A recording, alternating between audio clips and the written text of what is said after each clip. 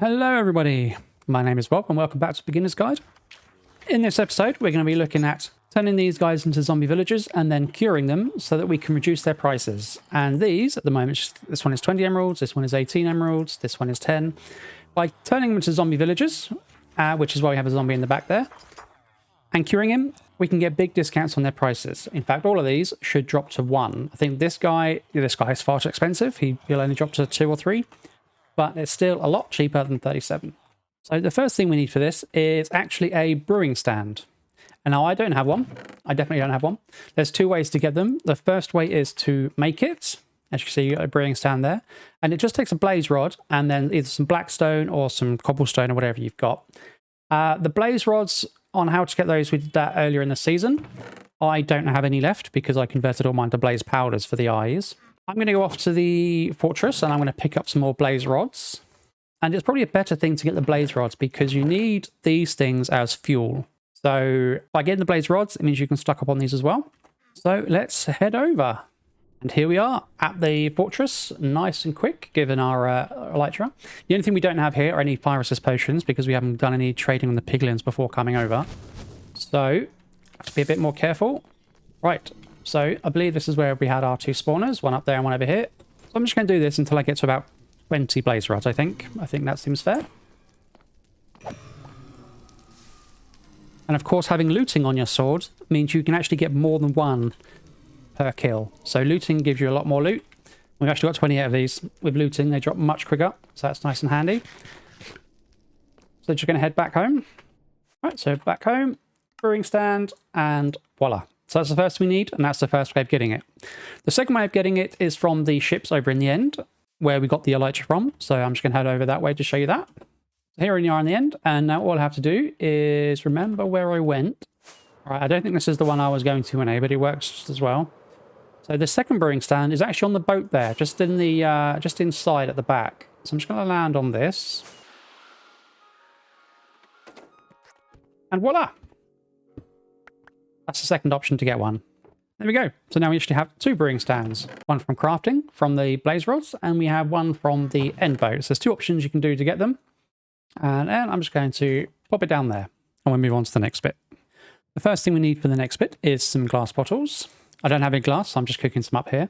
Then all you have to do is you take 3 pieces of glass, go to the crafting table, and make some glass bottles. Take the glass bottles, fill them up with some water. Just right click on a piece of water. And then pop them into the brewing stand. As you can see up here, this needs one of the blaze powders. And here is one I prepared earlier. Now it's gone into the fuel here, but this isn't actually going to start working away until there's something on the top here. And we have to do this in a specific order. So the next thing we need is a fermented spider eye. And for that, we need spider eye, brown mushrooms, and sugar.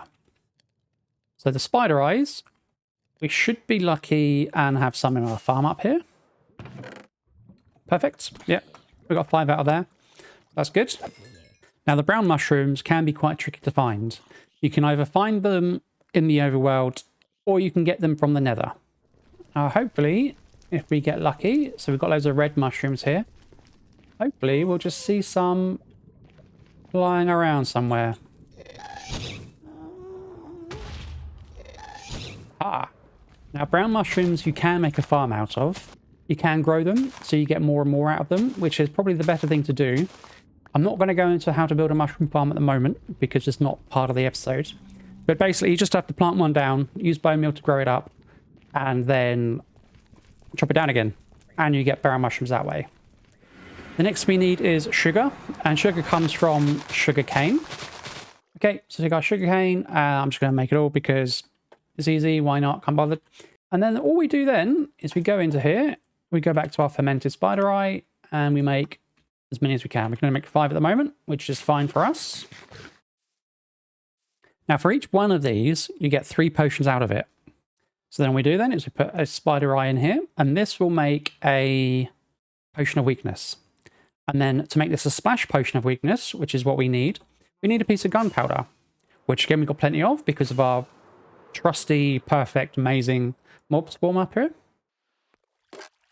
Easy gunpowder. Now we've got our potion of weakness. We threw some gunpowder in there. And this gives us our splash potion of weaknesses. Now the next thing we need is a golden apple. So for a golden apple, we need lots of golden ingots. And I don't have many. So I'm just going to hop down into the mine. I want to grab some more gold. Here we are, quite some time later. I've got some gold. The next thing we need is some apples. So what we're actually going to do is we're going to take our hoe here. We're actually going to enchant this with efficiency and all the stuff we normally get by trading from our guys here. So with Fortune 3, that gives us more drops from the leaves. So you should be able to get a lot more apples from the leaves over here. And more saplings, of course, but we're after the apples. And you want as many apples as there are villages you want to cure. Each one takes a golden apple each. And then all we have to do is craft some golden apples. There we go. So I've got 10 golden apples, so I can cure 10 villagers. I'm going to take my potions. And then all I'm going to do, I'm going to open up the back here so the zombies can see them. I'm going to lower all these middle bits as well, so the zombie villagers can hit each other.